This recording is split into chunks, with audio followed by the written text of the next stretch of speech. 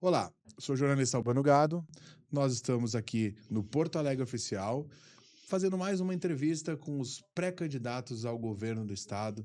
Também estamos entrevistando alguns pré-candidatos a deputado, senador. E hoje o nosso convidado é Marcelo Maranata, pré-candidato ao governo do estado do Rio Grande do Sul pelo PSDB, que já nos visitou em outra oportunidade, retorna hoje para que a gente converse um pouquinho sobre o andamento da campanha e, a partir de agora, o futuro de Marcelo Maranata. Boa tarde, Marcelo. Boa tarde, Albano. Obrigado pela oportunidade de estar aqui mais uma vez no Porto Alegre Oficial. A audiência levantando, a gente vê o sucesso de vocês. Então, isso é profissionalismo, é o trabalho, credibilidade. Né? Para mim é um privilégio. Eu que preciso ser conhecido, né? Meu grande desafio é rodar o Rio Grande. A gente já fez mais de 30 mil quilômetros rodando de carro, mas a força, né, do meio de comunicação, chegar na casa das pessoas através do telefone. Então, gratidão pela oportunidade. Maranata, tu falou que tu precisa ser conhecido. Conhecido como o quê? Minha vida é uma vida de quem passou pelo varejo primeiro, né? Eu tenho a experiência de 35 anos de lojista, de balcão de loja. Eu comecei a minha vida, né? Comecei engraxando sapato, entreguei jornal, né? Fui motoboy, inclusive hoje é o dia do motoboy. Essa é hoje ou amanhã, eu sei que nós estamos aí no dia do motoboy. E tive a coragem de abrir um negócio, né, de ser empreendedor. Quando a gente vende, eu vendi sacolé de praia, na beira de praia, né? Eu ia para Ambaré vender sacolé na praia. Quando a gente está vendendo um negócio, né, assim, ambulante, todo mundo acha meio charmoso, né? Tem um apelo emocional e acha bonito aquilo ali. O cara está lutando para ganhar o pão de cada dia. Mas quando a gente tem coragem de abrir um negócio, a gente é tratado nesse país como marginal. Você passa a ter um rótulo de alguém que parece que vai explorar o outro, né? De que vai ser um cara que vai explorar o funcionário, que está sendo um empresário. O que não é verdade. Hoje as pessoas têm a coragem de abrir um negócio e é muito difícil abrir um negócio num país em que 40% de tudo que a gente produz é imposto. E a minha experiência vem do varejo.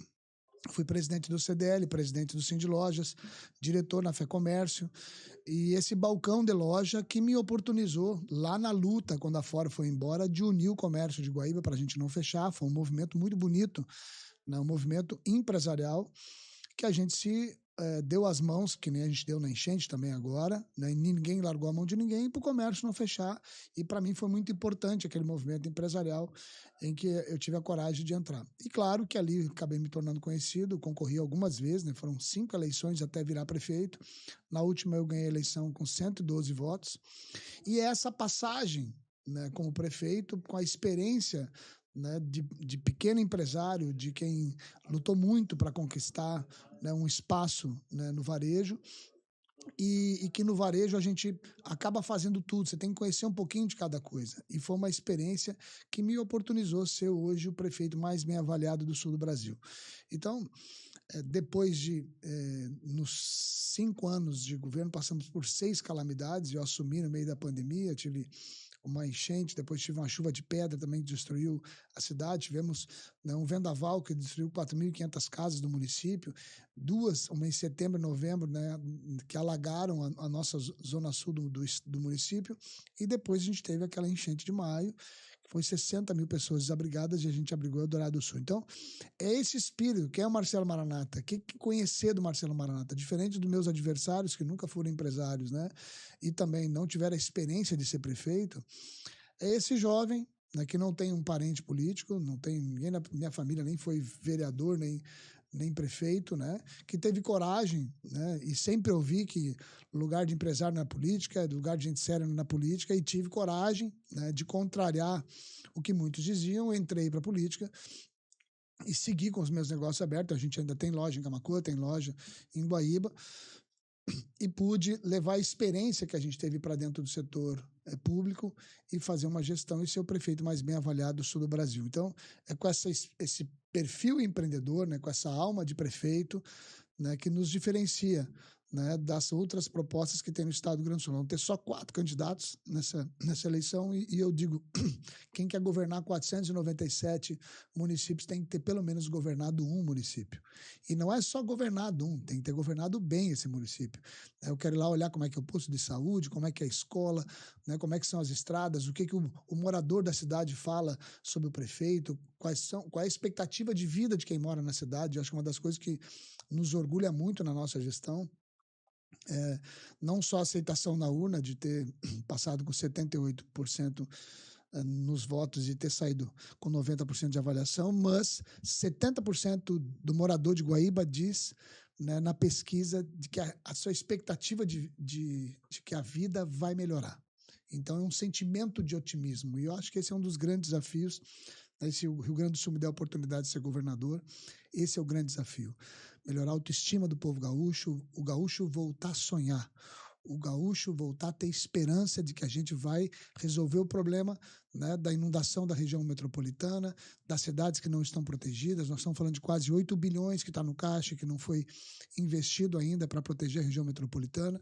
Nós temos que voltar a pagar essa dívida, que é a dívida do Estado. O Estado tem uma dívida grande, as pessoas que estão nos ouvindo às vezes não sabem disso. O Estado deve 12 bilhões e aprovou um orçamento de 4 bilhões, né, com déficit orçamentário, ou seja, o caixa é negativo, né? Não tem uma gestão eficiente. O que tem é que se ganhou recurso na pandemia, depois recurso na enchente, se usou todo esse recurso e não se conseguiu botar um motor no avião. O avião está voando porque tem um vento e o avião levantou com vento.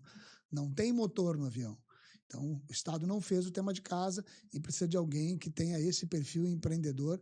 E, para mim, é uma grande oportunidade, né, mostrar a experiência que a gente teve em Guaíba e, diferente dos meus adversários que vão dizer o que vão fazer, a gente vai dizer o que fez em Guaíba, o que a gente quer fazer pelo Rio Grande. Maranata, pelo teu histórico de empreendedor, hoje a gente vê que é muito difícil, como tu mesmo falou, de montar um comércio, um negócio, uma empresa no Estado. Né? O que precisa ser feito da parte dos governantes, né? Falo em deputados, governadores, para facilitar isso, para estimular que as pessoas empreendam? Primeiro é sentar na cadeira do empreendedor. O Eduardo Leite ganhou a eleição dizendo que o Sartori tinha que levantar a bunda da cadeira. Mas eu queria que ele tivesse sentado a bunda na cadeira do empresário, que no final do mês tem que saber se ele paga, né, o fornecedor, se ele paga o funcionário, ou se ele paga o imposto. Ou se ele vai no banco pedir um rotativo para poder botar as contas em dia e fica devendo para o banco, que é o que a grande maioria hoje está fazendo, está endividado. O agricultor hoje, né, 40% do PIB gaúcho vem da agricultura, mas o agricultor hoje está endividado em 70 bilhões, é a dívida do agricultor, só naquilo que está consolidado em banco. Se a safra desse uma safra boa e o preço tivesse razoável, a gente teria uma colheita de 70 bilhões, ou seja, uma coisa paga a outra. Então, se desse uma boa colheita, nós só pagávamos a dívida, não sobrava um recurso no bolso do agricultor. Ele quitava as contas, mas as contas do banco, ele não deve só no banco. Ele também deve na borracharia, deve no posto de gasolina, deve um cara do serralheiro que fez um conserto para eles, depois quando eu colher na lavoura eu te pago. Só o que tem consolidado em banco já não cobre com a lavoura, porque baixou o preço da soja, baixou o preço do milho, baixou o preço do tabaco, baixou o preço do arroz, é impossível pagar a conta. Então a gente tem uma agricultura insolvente e é nessa cadeira que um governador do estado tem que sentar, na cadeira do empreendedor. E a gente fez isso em Guaíba. Uma empresa levava um mês para abrir receber um alvará da prefeitura. Hoje, meu alvará média é 15 horas. Tem alvará que sai em 2 horas, alvará que sai em 3 horas, tem alvará que leva um pouco mais, mas a minha média de alvará é 15 horas. Antes da Lebes ter o PPCI lá do Porto de Bombeiros, ela já tinha alvará da prefeitura para abrir. Agora a gente acabou de receber lá. Estou desde janeiro negociando com o Mercado Livre para estar. Tinha um processo de confidência junto ao grupo do Elo Sul, que coordena o centro logístico, para a gente trazer para lá. A gente foi buscar lá em Rio Grande, do grupo Kroloff também vai se instalar no município, 200 empresas, e foi nisso. A primeira coisa que o empresário me perguntou, tá, mas e se eu precisar da licença e do alvará, tu consegue para mim? Porque eu estou aqui já faz 1 ano com esse pavilhão no chão, nessa cidade, eu não vou dizer o nome da cidade, e eu não consigo montar minha empresa aqui. Então, eu estou disponível de colocar uma carreta agora aqui e levantar, mas tem que me garantir que você consegue alvará. Ele diz, você pode ir para lá, em 24 horas você tem alvará. Então, é sentir a dor de quem está do outro lado, né, que quer investir, que quer, mas que não pode ser vencido pela burocracia. A burocracia não pode vencer as empresas, vencer as pessoas, né? Então, é esse olhar que nos diferencia, né? Que é entender do lado do empreendedor, mas tá aí do outro lado do balcão, vendo que você também precisa capacitar o servidor para que ele tenha segurança na hora de assinar uma licença ambiental, assinar uma licença para um alvará, porque ele também precisa passar capacitação. Como é que tu fez isso, Marcelo?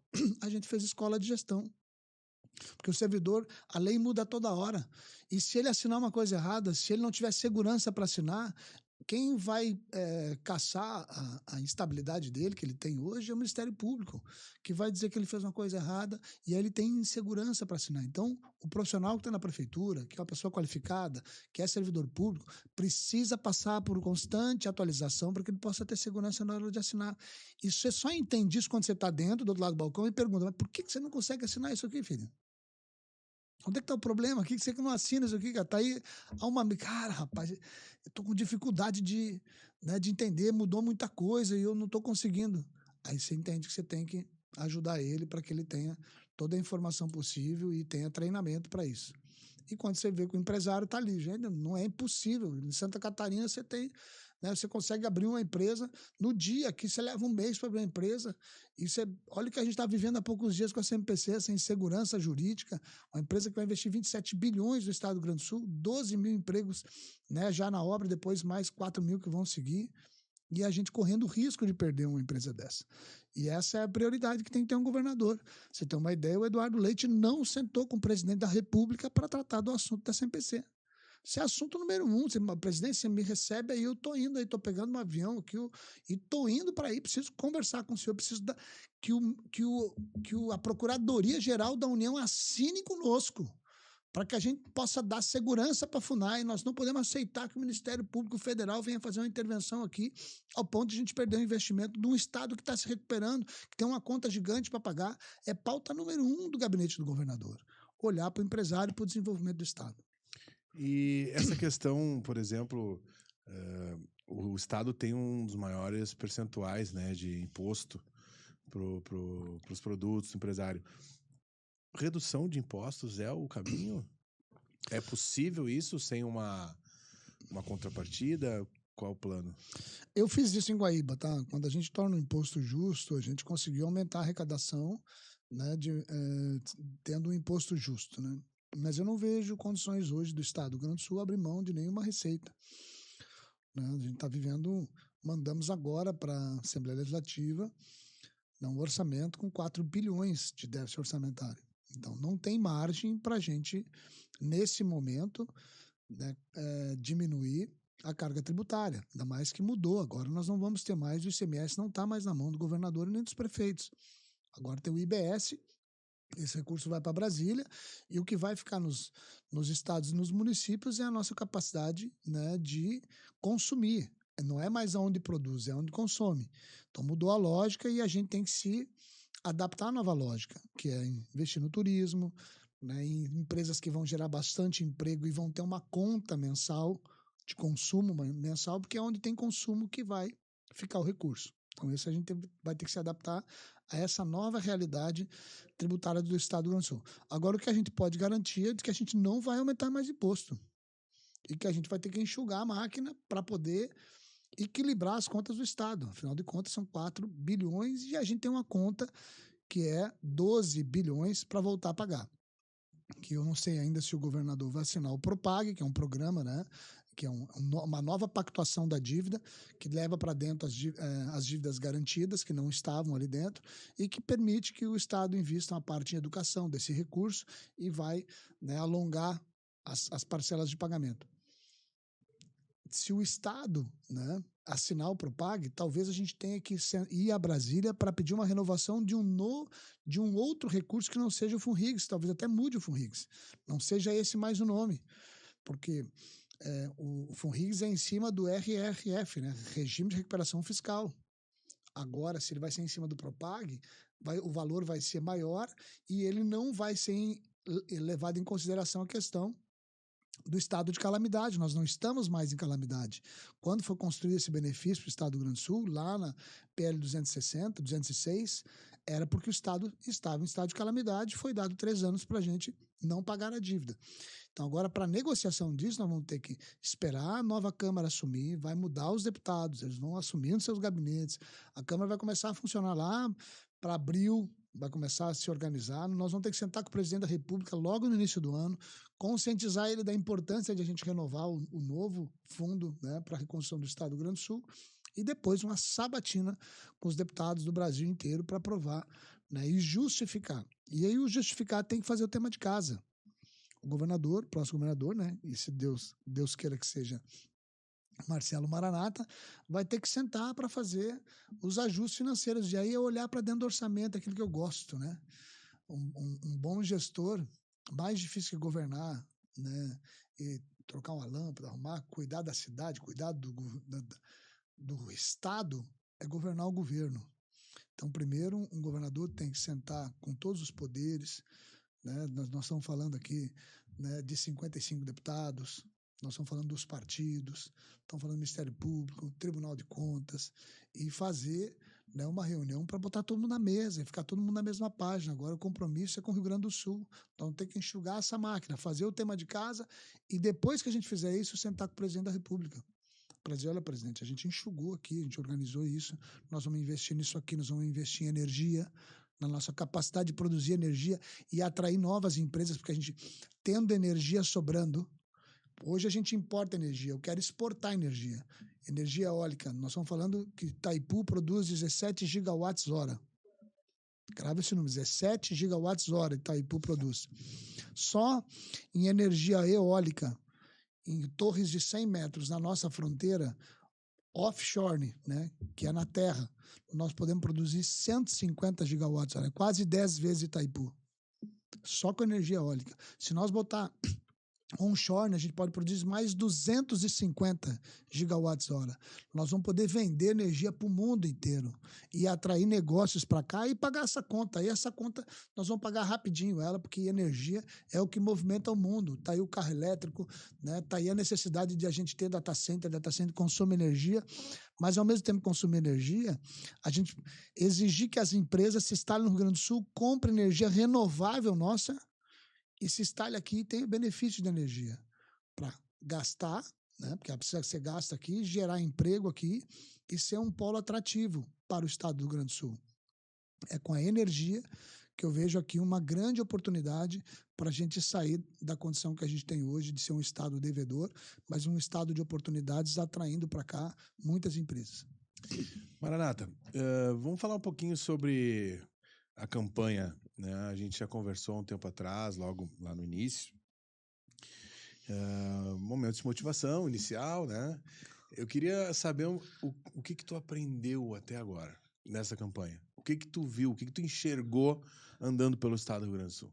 Olha, são vários Rio Grandes dentro do Rio Grande, né? E a campanha, esse período de pré-campanha é um período de montar o plano de governo, e a gente já fez mais de 30 mil quilômetros rodando o estado do Rio Grande do Sul. Eu não falto a nenhum debate, não faltei nenhum painel. Me preocupa esse desinteresse dos candidatos, né, de não ir para ouvir, porque a questão, agora teve um debate importante sobre toda a produção de proteína do estado do Rio Grande do Sul, 40% do nosso produto vem do agro. O candidato não foram lá para ouvir, né, um setor importante, né, da economia do estado do Rio Grande do Sul. Tivemos um agora com a rede hospitalar, né, dos hospitais filantrópicos, todas as Santas Casas, 70%, 75% de todo o SUS gaúcho passa pela Santa Casa. Eles fizeram um debate para a gente falar sobre a saúde. Candidatos também não foram, né, prestigiar, ouvir, falar das suas propostas. E eu tenho aproveitado esse momento, né, de poder falar da minha experiência como prefeito, né, daquilo que a gente já fez em Guaíba, de apresentar o projeto do PSTB. O meu vice-governador, candidato a vice, o Cláudio Dias, ele vem do agro, um produtor rural, leiloeiro mais antigo do estado do Rio Grande do Sul, né, criador de gado em pé, né, planta arroz, planta soja. Então, alguém que vem do campo, mas que também teve uma experiência importante na política. Foi deputado federal, foi líder da governadora Ieda e aceitou o desafio de ser pré-candidato a vice-governador, e essa experiência de rodar o Rio Grande do Sul, de falar com vários setores, né, o Rio Grande do turismo, a gente teve um painel sobre turismo, também não foram presentes, de 2 candidatos não foram para falar com o turismo em Gramado, para falar com a nossa força, né, do serviço. Uma das coisas que mais vai ter que crescer no estado do Rio Grande do Sul, porque a nova reforma tributária, ela oportuniza isso, porque agora o consumo é onde, né, o imposto fica onde tem consumo, então tem que oportunizar que outras pessoas de outros estados venham gastar aqui, porque aí o dinheiro fica aqui. E aí você não ir lá ouvir esse setor, né? Você não ir lá conversar com esse setor, ir lá dar atenção, né? Então isso é lamentável, a gente vê assim que por conta dessa polarização que nos separa, que não nos une, que nos divide, a gente está confiando demais nesses polos e não quer ouvir a população. Não, meu eleitorado da esquerda me mantém, meu eleitorado da direita me mantém, não preciso ir lá ouvir o turismo, não preciso ir lá ouvir a proteína, não quero conversar com os médicos, e não vão conversar, porque o meu eleitor não quer saber. Ele tá fazendo isso que o eleitor dele não quer, o eleitor dele fez assim, ó. Não, se é do Lula, eu voto do Lula, não quero saber. Eu não quero saber se ele tem ideia, se ele tem projeto, é ele que eu vou votar. Não, mas se ele é do Flávio, lá do Bolsonaro, é nele que eu vou votar. Não quero saber o que ele pensa sobre a proteína animal, o que ele pensa sobre o agro, o que ele pensa sobre o turismo, o que ele pensa sobre a saúde dos hospitais. Eu não quero saber. Então, isso é lamentável, sabe? Isso aí é uma das coisas que... né, eu sei que eu vou ser quem vai ter menos tempo de televisão, né, vai ter menos recurso. Mas nesse período o Sartori não aparecia em pesquisa, o Eduardo tinha 1,8%, a Ieda também não aparecia, a gente aparece, né, de 5% a 7% na pesquisa. Então eu já me sinto nesse melhor muito, né, na frente do que eu imaginava estar nesse período, mas é claro, em virtude de eu estar presente, de eu ir nos lugares, de eu não faltar, de eu rodar o Rio Grande do Sul inteiro. Eu venho do setor privado, né? Venho do lojista, do pequeno lojista, né? Então eu converso eu vou lá no interior, eu falo no Cindy Lojas, eu falo no CDL, eu vou na associação comercial, eu tive em Lajeado, eu tive em Santa Cruz, aonde me convidam, eu tô lá e eu faço meu painel. Eu perguntar e o fulano não vem, não, só tu quis vir aqui, os outros não querem vir. Então me dá a oportunidade que eu vou, e é isso que está fazendo com que eu suba também nas pesquisas. Tá teu contento nesse momento? Tá muito melhor do que eu imaginava, né? É mesmo? É. Que bom. E, Maranata, o pessoal já está envolvido com a eleição, o povo já entendeu que nós temos uma eleição para governador, para presidente, para deputados esse ano? Não. Gente, as pesquisas é tanta mentira. Você sai, eu faço um desafio para você. Faça um desafio. Sai hoje, escolhe uma loja, um mercado, um restaurante. Hoje entra e pergunta para qualquer pessoa se ela conhece quem são os 4 pré-candidatos a governador do estado do Rio Grande do Sul. Faz essa pergunta. Eu caminhei no Algarve, um abraço pessoal do Algarve, lá em Alvorada, caminhei no centro de Viamão, caminhei em Canoas, fui lá no Guajuviras, caminhei aqui no centro de Porto Alegre, caminhei no Calçadão de Canoas, caminhei lá em Santa Maria, eu caminhei pelo Rio Grande do Sul, eu caminhei em Rio Grande, e a primeira coisa que eu faço, eu chego no comércio, me apresento, eu sou lojista, 35 anos que nem tu, sabia que esse ano tem só 4 candidatos a governador do estado do Rio Grande do Sul, tem eleição esse ano, e eu sou um deles. E quem são os outros 3? Eu digo, não precisa nem saber. Mas é isso. O papel é esse. E as pessoas elas não estão ligadas em eleição. Há pouquinho tempo a gente estava olhando para a Copa do Mundo, né? Passou a Copa do Mundo. O eleitor ele está assim. A palavra que eu podia dizer, ele está desinteressado. Ele não tem interesse nenhum. Essa é a minha impressão que eu tenho. Mas eu consigo chegar, consigo me apresentar, e a única coisa que eu peço para as pessoas me sigam no Instagram, @MarceloMaranata, no Instagram, me segue para te me conhecer, né? É importante conheça quem são os pré-candidatos. É a eleição mais importante da nossa vida. Nós ainda não protegemos a região metropolitana. Nós vamos ter que voltar a pagar a dívida. E a gente precisa de alguém que tenha essa experiência, e o povo gaúcho, lá no final, olha assim, onde é que tem esperança de que a minha vida vai melhorar? Ele escolhe lá na frente. Quem é que tem entrega? Quem é que tem esperança de que a minha vida pode melhorar? Quem não vai largar a minha mão?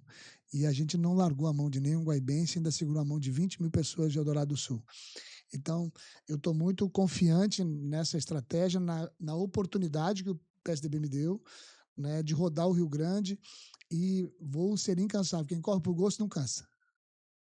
Boa. Maranata, tu acredita em pesquisa? Eu acho que era para ser proibido pesquisa, tá? Porque o eleitor, ele acaba olhando assim, ele quer votar no vencedor, e aí se a pesquisa ela não é bem preparada, não é bem conduzida, não apresenta um número, ela sempre vai trazer uma tendência, né, para um lado ou para o outro, e o eleitor ele acaba sendo motivado, induzido, né, levado como manada, sabe? E ele, quando vê, ele está lá seguindo aquela caminhada, né, de pesquisa. Agora, as pesquisas que estão aí, eu acho que ninguém consegue. Se eu for olhar, ninguém acredita nessas pesquisas, né? O eleitor, ele está assim, né, completamente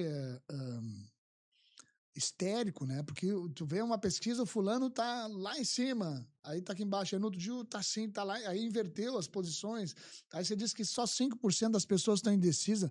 Gente, vamos caminhar na rua aí, conversar com o eleitor, 5% do eleitor é indeciso, tem 90% das pessoas indecisas, ninguém sabe quem vai votar, e mesmo quem diz assim, eu tô mais propenso a ir para a direita ou para a esquerda, se tu perguntar para ele, tá, mas tu tem certeza que esse aqui é teu voto, tu não muda de direita, 70% diz eu mudaria a qualquer momento, tô aguardando um outro caminho, também não quero essa polarização, também não quero isso, eu quero que me apresente um outro caminho.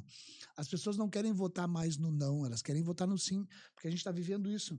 Eu estou votando no fulano porque eu não quero o ciclano. Não é porque tem um projeto na mesa. Eu queria votar no Brasil num projeto de alguém que apresentasse um caminho para a gente. Né? A gente não vê ninguém tendo coragem, por exemplo, de brigar com os bancos. Nem a direita brigou com os bancos, nem a esquerda brigou com os bancos.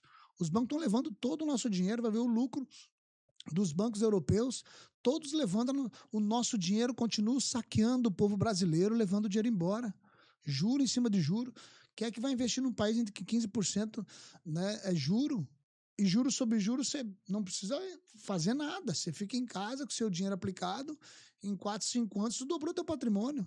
Por que vai investir, fazer um negócio, construir um prédio, abrir uma fábrica, abrir uma loja? Se tu em casa, parado, só com dinheiro aplicado, tu dobra o teu dinheiro em 4, 5 anos. Eu queria que alguém tivesse coragem de brigar com os bancos, dizer, ó, para com essa sacanagem aí, nós vamos aplicar 100%, né, do CDI, nós vamos botar na poupança, por exemplo, porque a poupança a gente consegue regular, né?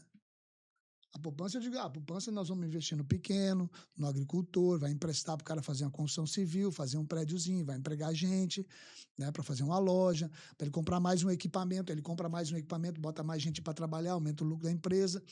Mas esse é o segredo na macroeconomia que ninguém quer fazer, porque que é o segredo da macroeconomia? Você não pode gastar mais do que arrecada. Quem fez isso foi Fernando Henrique.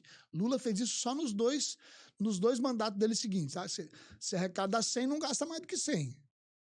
Controla a inflação e deixa o câmbio flutuar. Isso é macroeconomia. Só que isso não dá voto. Porque isso aqui tu tem que estimular o povo a trabalhar. Aí, para o país crescer aqui, a gente tem que trabalhar. Porque aí você tem um juro baixo para poder emprestar para o empreendedor, e o cara tem que abrir um negócio, tem que, né, correr atrás e tem que suar. O que dá voto é criar programa social. E a inflação que a gente controla ela. Como é que a gente controla ela? Segurando o câmbio. Tu vai lá e compra dinheiro, né? Vai lá e compra dólar. Começa a disparar, aí você controla a inflação segurando o câmbio. E aumenta o juro para ninguém consumir. Aí você aumenta o juro para ninguém consumir. Porque se aumentar o consumo, vai aumentar a inflação. Mas por que isso? Porque eu tenho que segurar os programas. E ninguém trabalha aqui, velho. Sustenta todo mundo no programa. É programa social. Porque essa fórmula aqui tem que trabalhar. E eu queria que alguém apresentasse um projeto de Brasil que desse gosto de a gente olhar um caminho e dizer esse aqui é o caminho que o país vai voltar a crescer. Porque o Rio Grande do Sul hoje e o Brasil, né? E vive eu falei, um avião, né? Um avião que decolou, mas porque deu um vento. Veio o vento da pandemia, que o Bolsonaro botou um dinheiro aqui, e aí bateu aquele vento assim, o avião levantou. Levantou. Aí o avião começou a cair de novo, assim, parou, né? Baixou o vento, foi terminando, foi gastando dinheiro, né? Gastando dinheiro. Aí veio a enchente e deu mais um vento e o avião não tem motor. Nós vendemos a CE, nós vendemos a Corsã, privatizamos Porto RS, privatizamos as estradas, vendemos tudo que tinha para vender, não tem mais o que vender. Gastamos todo o dinheiro que nos deram na pandemia, gastamos todo o dinheiro que nos deram na enchente e não tivemos a oportunidade de botar mais um produto na mesa, de investir em energia, como eu estou dizendo, na energia eólica, na energia solar, na nossa bacia de petróleo, no carvão que está aqui, que dá para a gente fazer fertilizante com carvão. E a gente pode, né, em vez de estar importando para cá, a gente poder, né, ter aqui para não ter que comprar de fora. A gente poder ter pego esse dinheiro e ter investido numa outra produto na cesta, fazer o que está fazendo a região de Passo Fundo, que está produzindo biodiesel, para de vender a soja in natura, e aí você consegue transformar a soja em biodiesel, vai fazer agora com o trigo, vai fazer etanol. Então, na hora de vender, se a gente é 40% de tudo que a gente produz vendo água, vamos parar de vender o boi inteiro, vivo. Vamos parar de vender, vamos parar de mandar a soja in natura, o grão in natura, vamos transformar ele aqui. Então, você faz ração para poder botar proteína animal, porque a proteína normal você engorda, aí você vende o boi já em pedaço, vende a carne nobre, né? Não vende do jeito que a gente está vendendo. E começa a fazer a transformação aqui dentro. Aí não deu para vender para fazer ração, não deu para fazer alimentação, vamos fazer combustível, faz o biodiesel, faz etanol, e dá para fazer etanol aqui com a casca, com arroz, exatamente na mesma qualidade que faz com milho. O milho hoje é 4 vezes mais eficiente do que a cana-de-açúcar para produzir etanol. E o arroz é o mesmo potencial. Então, o nosso arrozeiro que agora não tem o que fazer. Eu conheço um amigo que está com 200 mil sacos de arroz parado, não tem o que fazer para vender. Se tem uma usina, ele diz, agora tá bom de vender para poder fazer etanol. Né? E aí ele vai lá e vende o arroz dele para fazer etanol. Então, você tem que dar alternativas para o agricultor. E para a gente poder estimular essa cadeia do frango aqui na metade sul, né, da suinocultura na metade sul, que são agricultores nossos, que viviam disso e aí migraram todos para o fumo, mas tiveram a cultura da suinocultura, né, do frango, né, e que saíram dessa cultura porque não tem lá os matadouros, né, não tem os frigoríficos. Então você tem que estimular essa cadeia do frigorífico, tem que estimular a cadeia de produção de etanol. Para isso, você vai precisar brigar junto com os outros 3 estados, Paraná, Rio Grande do Sul e Santa Catarina, porque sozinho nós não vamos conseguir aprovar um fundo constitucional do mesmo jeito que tem o Nordeste. Com o fundo constitucional, você vai ter um poder, né, de atrair novos negócios para essa cadeia produtiva. Então, já falei aqui pelo menos da proteína, falei do combustível, e falo também do cluster de saúde, que para mim é a grande oportunidade de botar um produto novo na cesta. O Estado do Rio Grande do Sul é o estado mais velho da federação. Para cada 100 crianças que nascem, 80 são idosos. Então, a gente tem um potencial aqui de idosos para justamente mostrar para o mundo como que a gente pode envelhecer melhor, saudável e viver mais. E para isso tem uma indústria que trabalha no mundo inteiro que não tem nada no Brasil, que é o primeiro cluster brasileiro de saúde. É um único lugar, a gente tem 600 hectares separadas para isso, né? Para a Arábia Saudita, eu estive falando com como é que é? Agora eu vou lembrar o nome, Sheikh Abdullah, e com Manisha, que é cônsul da Índia. A Índia e a Arábia Saudita quer investir no Brasil e aqui no Rio Grande do Sul. Justamente em tecnologia, e nós estamos falando centros de pesquisas, laboratórios, universidades, centros diagnósticos, hospitais, universidades, tudo num único lugar para desenvolver tecnologia para as pessoas viver mais, viver melhor, viver sem dor e viver feliz. Ligeirinho vão estar com as pessoas vivendo aí há 120, 130 anos, mas isso tem que estar disponível e a gente tem que ter o espaço para poder produzir essa tecnologia e vender ela para o mundo inteiro. E aqui para esse mercado que está abandonado e que tem oportunidade. Os nossos hospitais são os melhores do Brasil. Os nossos jovens, a cada ano, 50 mil gaúchos vão embora. Mas, Marcelo, quem são esses 50 mil gaúchos? São os cérebros, é a o nosso intelectual que vai embora. São jovens, nós temos 14 universidades privadas, né, institucionais aqui, nós temos 6 universidades federais, nós temos uma universidade estadual, nós temos centros de pesquisa, a gente forma esse menino e esse menino não está conseguindo fazer toda essa tecnologia virar dinheiro, transformar o grão, fazer com que a gente fique aqui com esse dinheiro. Ele vai embora, ele vai para São Paulo, ele vai para o Paraná, ele vai para Santa Catarina, ele vai para o Tocantins. Hoje o maior CTG do Brasil fica na Bahia. Luiz Eduardo Magalhães, e a nossa gauchada que saiu daqui está lá desenvolvendo o oeste da Bahia, querendo emancipar o oeste da Bahia. O oeste da Bahia agora está mais forte do que o leste da Bahia, que era toda aquela questão Salvador, Porto Seguro, toda aquela região lá. O oeste da Bahia é um celeiro de produto. Vai lá olhar a gauchada. Eu tenho um meu amigo que ele tem 8 fazendas, ele só compra fazenda onde tem CTG, onde tem CTG, tem gente que prospera, tem gente que vai para frente, tem gente que é organizada, sabe o que quer para o futuro. Essa é a nossa gauchada, só que é o nosso cérebro que foi indo embora. Então agora a gente tem que olhar para dentro, porque esse cérebro possa fazer a transformação aqui. O que estão fazendo no Mato Grosso, estão fazendo no Paraná, estão fazendo em Tocantins, estão fazendo lá na Bahia, fazer aqui. Tem alguma coisa a ser feita com relação a essas empresas que foram terceirizadas ou parceirizadas, Sulgás, Corsã, CE, que possa voltar atrás ou modificar? Eu sempre fui contra privatizar a água e para privatizar a luz, tá? Tu nunca entrega isso na iniciativa privada.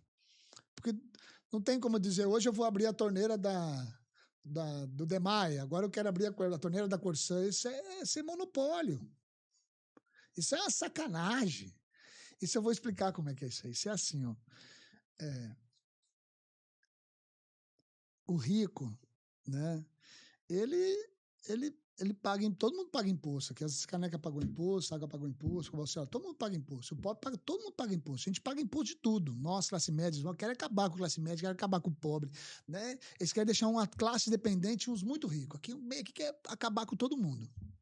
É isso que tá. O caminho é esse, sabe? Você vai olhar agora. Esse dia eu falei pro pessoal da concessionária, cara, vocês têm que se mexer aqui. Qualquer dia desses, os caras vão comprar carro pela internet, né? E o carro vai chegar na cegonha, na casa de alguém, não vai existir. É isso aí. É isso aí. Então, para a gente poder avançar nas políticas públicas, tá? Principalmente nessa área de desenvolvimento econômico, né? E a pergunta que você me fez, que agora até me deu um branco aqui.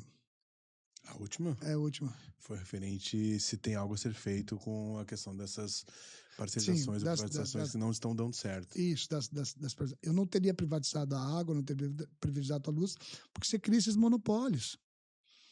Né? E esse monopólio, quem compra esse monopólio vai lá para um leilão, ou vai lá para uma concessão, ele quer ter lucro. Então ele vai lá de noite lá e fecha as torneiras, porque ele, em vez de trocar toda a rede de água, né? Trocar a rede de água que ele teria que fazer para diminuir lá o desperdício, porque a rede é velha, e aí quando tu bota a pressão, de dia estão todas as torneiras ligadas, né? Aí de noite as torneiras estão ligadas e a pressão fica muito forte, e aí começa a estourar cano e começa a ter... Então, para ele melhorar o resultado dele na agência reguladora, ele vai lá e diminui a pressão, aí a água não chega na caixa d'água de ninguém. E de dia, quando ele liga, entra só vento. O cara quer ter lucro. Então, não vai trocar a rede, ele vai lá e tira a pressão da torneira para não arrebentar os canos. Então, o inaceitável, a gente, para poder abrir uma empresa em Guaíba, nós tínhamos que implorar para a Equatorial, é cliente dela. Eu nunca imaginei que a gente ia privatizar um negócio e ia ficar pior do que estava. Então, essas coisas de energia e de água tem que estar na mão do Estado, para que o Estado possa, né, na hora que a gente precisa, ter condições de entregar para o cidadão. E a gente pegou e entregou para a iniciativa privada aquilo que para nós é mais caro, a água e a luz, né? Então, para mim, isso é um grande erro. E a gente entregou, está vendido, não tem como voltar atrás, até porque a água, o governador ele fez a concessão do CNPJ Corsã. A Corsã não tem nada do governo do estado, ela tem com as prefeituras. E só o que ela tinha com as prefeituras eram os contratos com as prefeituras, porque o contrato não é com o governo do estado, o contrato é lá com o prefeito. Então, o contrato de Guaíba, o contrato, né, de Canoas, o contrato de Eldorado, eles são direto com a Corsã. Então, quem assinou esse contrato não foi o governo do estado. Então, o próximo governador não tem como ir lá mexer nessa estrutura que quem se comprometeu foi o município. E que quem faz a regulação, em muitos casos, é a Gergs, tem a Gersan, mas os municípios deveriam fazer a sua agência reguladora para poder cobrar a Corsã, não deixar os aumentos abusivos, mas agora essa demanda está na mão do prefeito, não está mais na mão do governador. Que pepino, né? Não é fácil.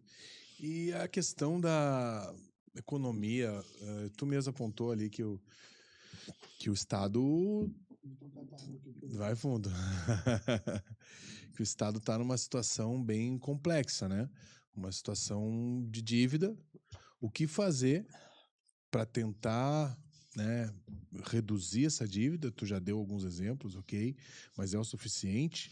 Porque são dívidas que vêm de muitos anos, óbvio, mas o que prontamente fazer para que a gente consiga ter uma melhora nessa situação?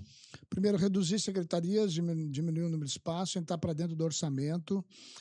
O orçamento do Estado vem fazendo recorte e cola por muito tempo, então tem que entrar e olhar na letra por que tem ali comprar carro todo ano, por que tem que comprar computador todo ano.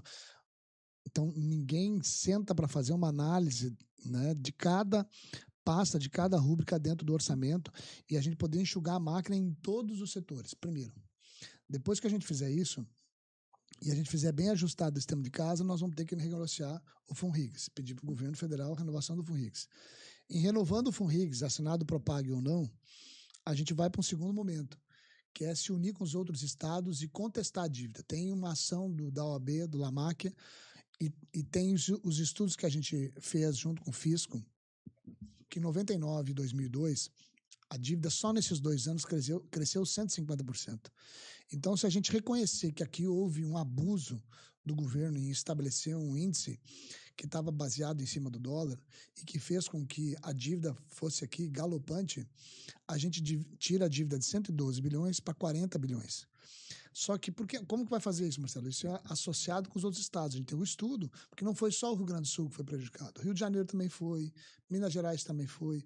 Então é sentar com esses estados e ir a Brasília com força política, com os senadores de cada estado, com os deputados de cada estado, para a gente, então, trazer de volta esse tema e a gente fazer uma repactuação desse valor. Bom, aí a gente tem 40 bilhões.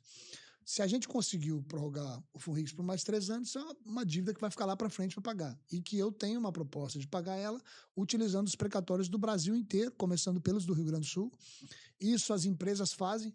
Então, tu vai lá e compra precatório com deságio, né? Você vai ali, o cara tem um precatório de 1 milhão, ele te vende, porque ele vai demorar muito para receber da União, então ele te vende aquele precatório por 500, por 600, você comprou ele já com 40% de desconto e vai fazendo um banco de precatórios, que você comprou ele com deságio, para apresentar para a União. E também ainda, e o Estado nunca fez isso, as empresas fazem isso todo dia. Você também pode fazer um encontro de contas. Né? Tem gente que deve para o Estado e tem crédito para receber da União. Peraí, vamos pagar tua conta. Me dá o teu crédito para receber da União e eu vou quitar tua conta aqui do ICMS. Segue trabalhando, filho. Vai viver. Me dá o teu crédito que tem da União e nós vamos encontrar essa conta. Então, você junta um banco de títulos para depois chegar e apresentar para a União. Diz, olha, tá aqui, comprei esses títulos e estou quitando a minha dívida com precatórios. E fazer ajustes finos, como, por exemplo, eu falei há pouquinho da compra de energia renovável. O Estado do Rio Grande do Sul não compra energia no Mercado Livre. Faz a conta de quanto a gente gasta nos prédios próprios, nas escolas, nos hospitais, postos de saúde, né, universidades, todos os prédios públicos do Estado. Quanto que a gente gasta de energia? E a gente compra essa energia pagando no caixa, para Equatorial, né, 50-50 ali, né, sem nada, né? Sendo que tu poderia ir para o mercado e comprar essa energia com 35% de desconto. Só são coisas, para mim, a oportunidade está agora. Porque é na crise que a gente cria a oportunidade para poder vencer os desafios.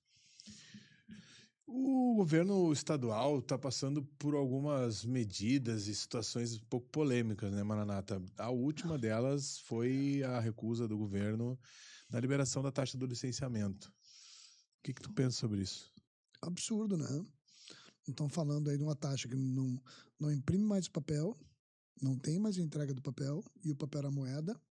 Então tinha muito claro na lei o porquê que essa taxa existia.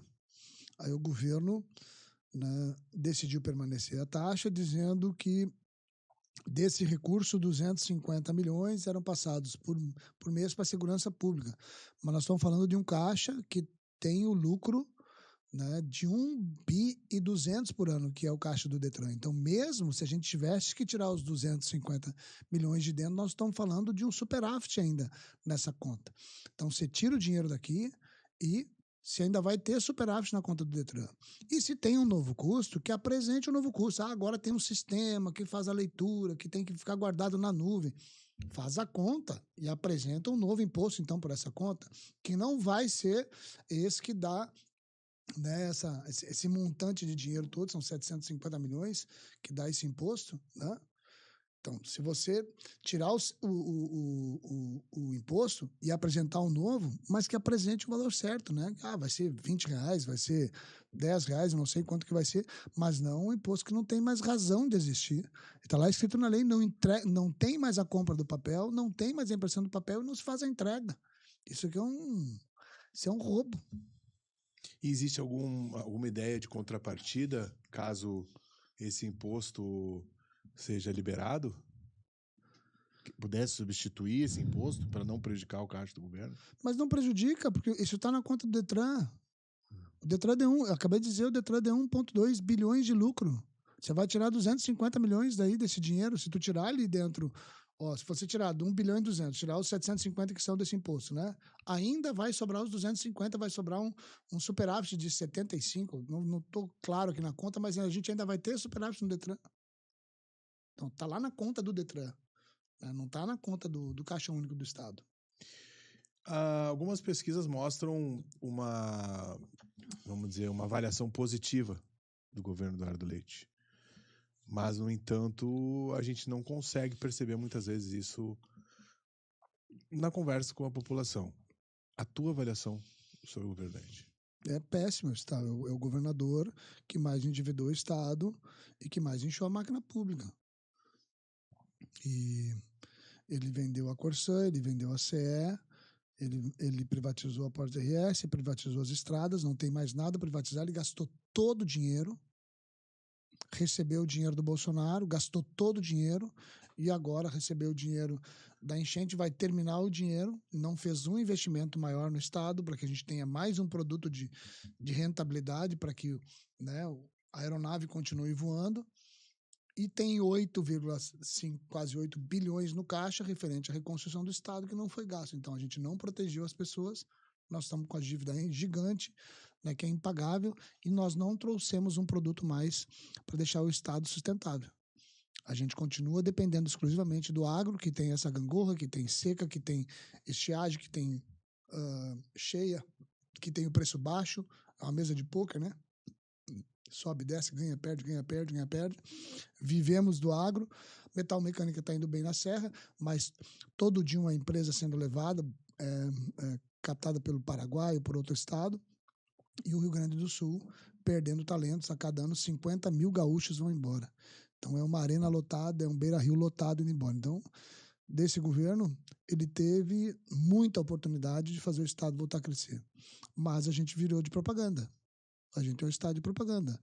É o desenvolve isso, é o renova aquilo, toda semana é uma apresentação de PowerPoint nova, propaganda, tanto que a secretaria, uma das secretarias que mais tem orçamento no Estado é a Secretaria, né, de Comunicação. Maranata, um dos destaques aí da tua atuação na prefeitura foi durante as enchentes, né? E a gente está vendo e está com medo que tudo volte a acontecer. Tu tens alguma informação que isso possa acontecer? Tu vai atuar mesmo em campanha? Porque é difícil separar, né? Mesmo em campanha, nesse auxílio à população com a tua experiência, né, caso aconteça novamente? Eu caminho nas ruas e é uma angústia das pessoas. Ela pega o braço, a mão da gente e diz: prefeito, me diz que é mentira isso que a gente está ouvindo na televisão, de que vai chover tudo de novo, que vai entrar água na minha casa, que eu vou perder minha casa, que eu vou perder meus móveis. As pessoas estão desesperadas, né? E a verdade é que há poucos dias eu fiz um vídeo pedindo que as pessoas prestassem atenção no que a Defesa Civil do Estado estava falando, né, na orientação das forças de segurança, que ficassem atentas, porque realmente a água vai vir, a gente não protegeu a região metropolitana, e que cada comunidade fique atenta às informações. E aí você tem, né, de uma hora para outra, o governador fazendo a notícia, dizendo que todo mundo fique calmo, que não vai ter problema nenhum, e ele mesmo vai lá na rede social e ele apaga, ele retira uma postagem dele, porque ele não tem segurança no que passa para a comunidade. Então, nós tivemos tempo de contratar o que tem de melhor. Nós não podemos passar essa insegurança à população. Tu me pergunta se eu penso que vai acontecer alguma coisa, eu gostaria que o Estado me dissesse isso. Olha, com segurança, vai chover hoje em cima de Alvorada, vai chover em cima hoje de Viamão. Me diz o lugar aonde vai chover, para que eu possa dizer lá para uma barragem, lá em cima no norte, no oeste do estado, dizer, olha, te prepara, desce água agora, baixa as águas, porque amanhã vai chover. E vai chover X milímetros em cima da barragem. Se tu tiver com ela cheia e não der a vazão hoje, amanhã você vai ter que abrir ela com alta, né, vazão e vai inundar as cidades lá embaixo. A gente precisa ter tecnologia e previsão para deixar a população, no mínimo, né, segura nas nossas informações, porque proteção não tem. E aí não é só eu, é eu e tu, é todo mundo. Né? Esquece campanha. Se a gente acontecer isso lá em setembro e outubro, é nós todo mundo. Salvando gente, cuidando de gente, né? Abrigo para as pessoas. Se acontecer de novo, ninguém vai querer falar em eleição. As pessoas vão querer, né, de todos nós, né, o cuidado máximo, a atenção máxima. Eu não falo do que eu vi na televisão, ou andando de barco, de helicóptero, ou de lancha para um lado e para o outro. Eu falo do que eu vi agarrado na mão de 60 mil pessoas de Guaíba e 20 mil pessoas de Eldorado, as pessoas chorando, perderam tudo na sua casa. Eu não quero viver isso de novo. Se esse dinheiro tivesse na mão de nós, prefeitos, eu fui presidente da Grampal 2 vezes, né? E o nosso pedido é que esses 6 bilhões que estão no caixa, que agora tem 8 bilhões, e que o governo não fez nada com esse dinheiro, se tivesse com o nosso prefeito, nós já tinha obra. Porque esse senso de urgência só tem quem foi prefeito e quem viveu esse momento de angústia.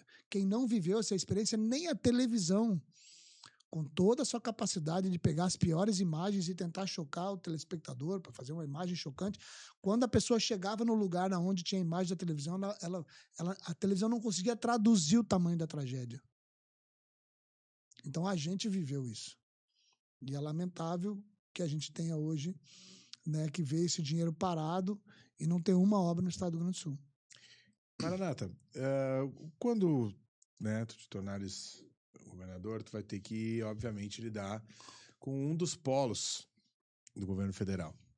Como é que tu tá vendo esse cenário nacional, essas acusações, informações que vêm sobre o Flávio Bolsonaro, né? Tudo isso que está acontecendo no nível nacional? Político, eu sempre falo, né, político não tem que ser idolatrado, né? Ele tem que ser cobrado. Eu saí da prefeitura com 92% de avaliação. Não fiz mais nada que minha obrigação. Baixa a cabeça e vai trabalhar. Por que não foi 100%? Entendeu? A visão é diferente. Hoje nós estamos vivendo num polo em que a gente defende o indefensável. Porque é meu político de estimação, é idolatrar político. O que é isso? Tem um grupo aqui que diz assim, que é a grande maioria, tá? Que vive numa bolha. Brasília vive numa bolha. E esses deputados hoje que votam com a liderança, que nem leem os projetos, que não tem mais nem assessor jurídico no gabinete, que andam com 3, 4 videomakers fazendo filmezinho, lacração. Essa gente está parada aqui, deixa o povo brigar, escolhendo um ou outro. Depois que o povo escolher, a gente escolhe para onde a gente vai. E o povo esquece da gente. A comunidade não fica olhando para nós, deixa eles brigar. Deixa ficar com foco nessa tensão desses dois, nessa coisa de ficar idolatrando A, idolatrando B, que eles esquecem da gente. Ou não estavam todos no governo Bolsonaro e agora estão todos no governo Lula. Para com isso, quem não gosta de política é governado por quem gosta. Nós temos que escolher bem os nossos deputados estaduais, deputados federais. E aqui eu já peço, olhem para os deputados do PSDB, olhem para os deputados, né, estaduais e federais. Quem não gosta de política é governado por quem gosta. E não dá para escolher qualquer um no dia, na fila, pega um papelzinho do chão, escolhe qualquer um sem conhecer quem está votando, vai ver se identifica com as tuas pautas, com aquilo que tu acredita. Vai para a urna e vota com consciência. Não fica olhando, vou votar porque é o fulano que eu acho que vai ganhar. Não, vota em quem tu acredita. Vota em quem tu... Governador não faz o que quer. Prefeito não faz o que quer. Presidente da República não faz o que quer. Ele só faz o que tem lei. E quem faz as leis são os deputados, são os senadores. Eles é que aprovam as leis. Os deputados estaduais e deputados federais. Então, cabe ao povo brasileiro escolher bem quem vai votar também para o Legislativo. Marata, tu tem um perfil assim bem participativo em loco, né? É possível ter essa mesma atuação no Estado de forma competente, assim como numa prefeitura, num Estado grande desse jeito? É possível? Vai ter pulmão para isso? É, esse espírito de prefeito, né? O Brasil de verdade não é na volta do Piratini, não é ali.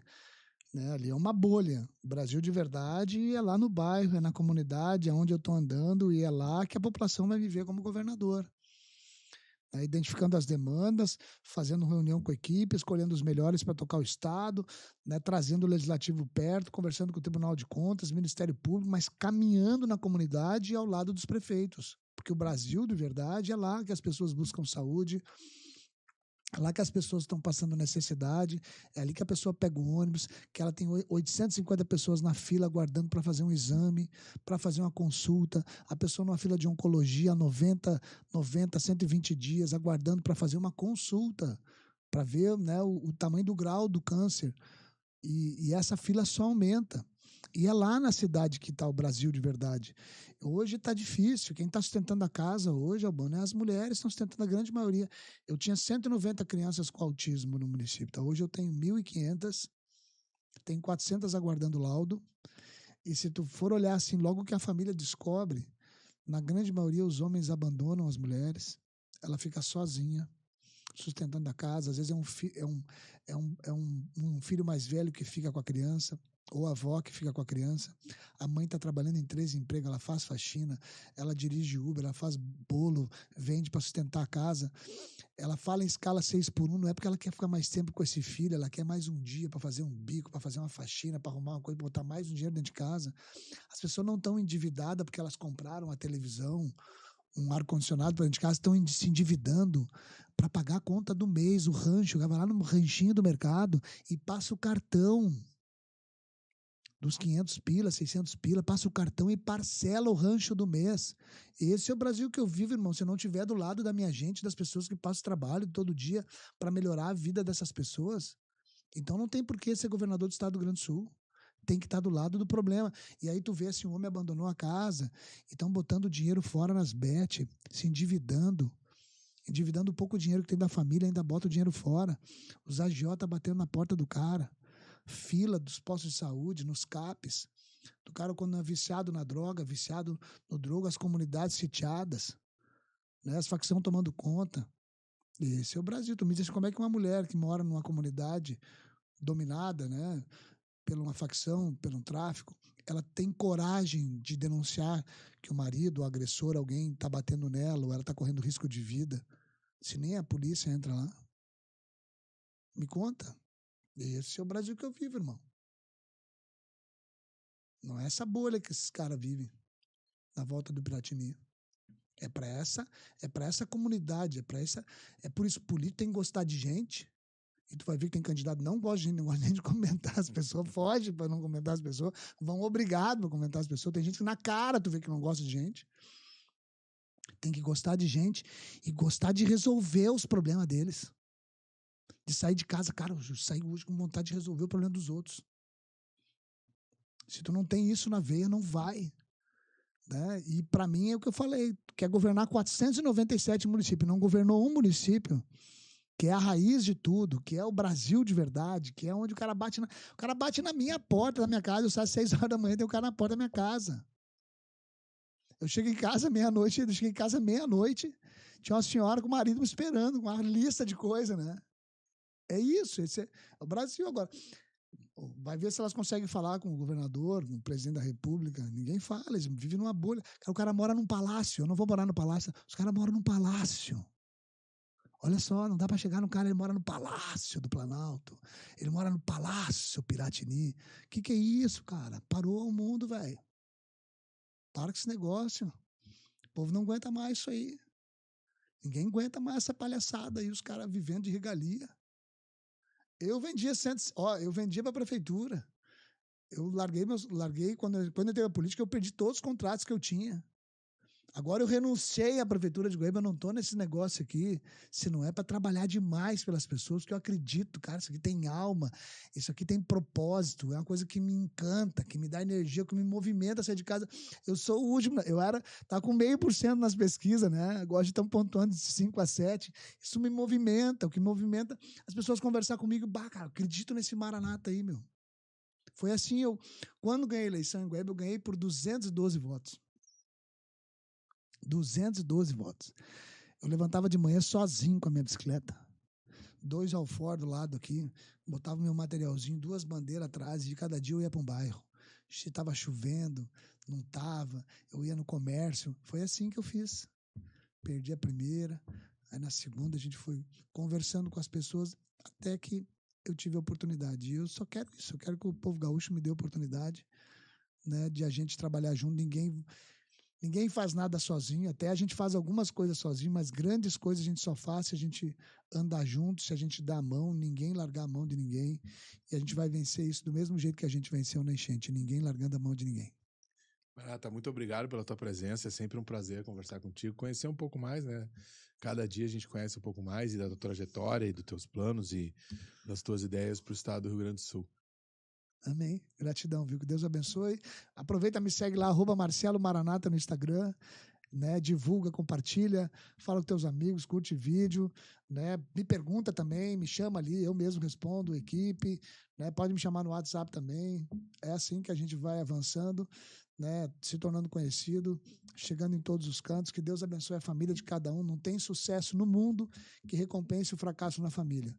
Não tem. Se tiver, me conta aí que eu vou anotar. Né? E Maranata. Maranata significa Maran-Atá, que diz em aramaico que é a língua de Jesus, né? Jesus nasceu na Palestina. E Maran-Atá é uma palavra em aramaico, diz o Senhor, né? Jesus vai voltar. Mas Jesus, né? E cada um na sua religião, na sua fé, o único lugar que Deus quer morar é aqui no nosso coração. Ele quer voltar aqui para dentro. Ó. Ama o teu próximo como a ti mesmo. Não tem maior mandamento que esse. E que a gente possa amar a nossa família, amar nossos vizinhos, amar a nossa cidade, amar o nosso estado, amar o nosso Brasil. Né? Que não é só minha casa, tem a outra casa. É esse espírito que me move, né? E juntos a gente vai vencer. Certo, muito obrigado. Esse é Marcelo Maranata, pré-candidato ao governo do estado pelo PSDB. Eu sou o jornalista Albano Gado, nós somos o Porto Alegre Oficial e batemos esse papo descontraído com o pré-candidato. Até a próxima entrevista. Fique com a gente aí nas nossas redes sociais.